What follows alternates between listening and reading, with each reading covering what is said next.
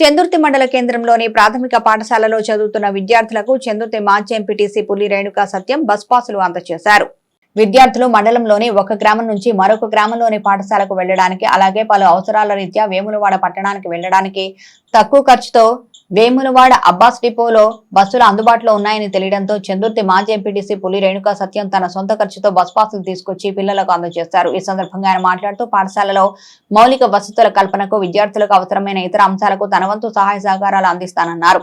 పాఠశాల విద్యార్థులకు ఉచితంగా బస్ పాసులు అందజేయడం పట్ల హర్షం వ్యక్తం చేస్తూ పాఠశాల విద్యార్థులు ఆయనకు కృతజ్ఞతలు తెలిపారు. పలువురు రాజకీయ నాయకులు ఆయన అభినందించారు. ఈ కార్యక్రమంలో కాంగ్రెస్ నాయకులు గొట్టి ప్రభాకర్, దారం చంద్రం, రాజూరి బ్రహ్మచారి, లింగంపల్లి అజయ్ తదితరులు పాల్గొన్నారు.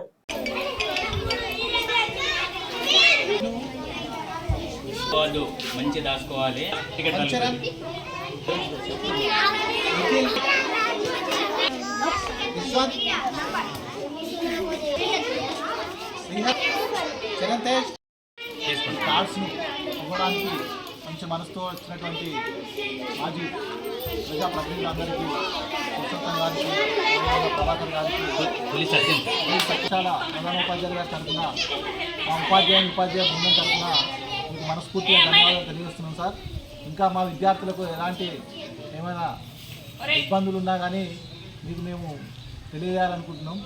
మీరు వాటిని కూడా కొంచెం పెద్ద మనసుతోటి అర్థం చేసుకొని వాటిని కొన్ని తీర్చేలాగా ప్రయత్నించాలని ఈ సహకారం మా పాఠశాలకు ఎల్లవేళలా ఉండాలని మనస్ఫూర్తిగా కోరుకుంటూ ప్రత్యేక అభినందనలు, ధన్యవాదాలు తెలియజేస్తున్నాం సార్. Thank you.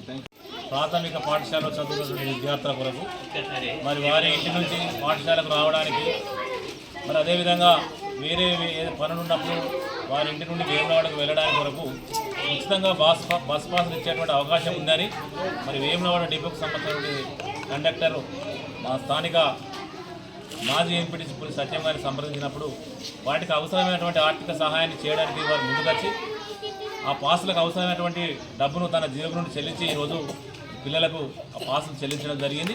ఈ సందర్భంగా సత్యం గారికి ప్రత్యేకంగా ధన్యవాదాలు తెలియజేస్తా ఉన్నాం.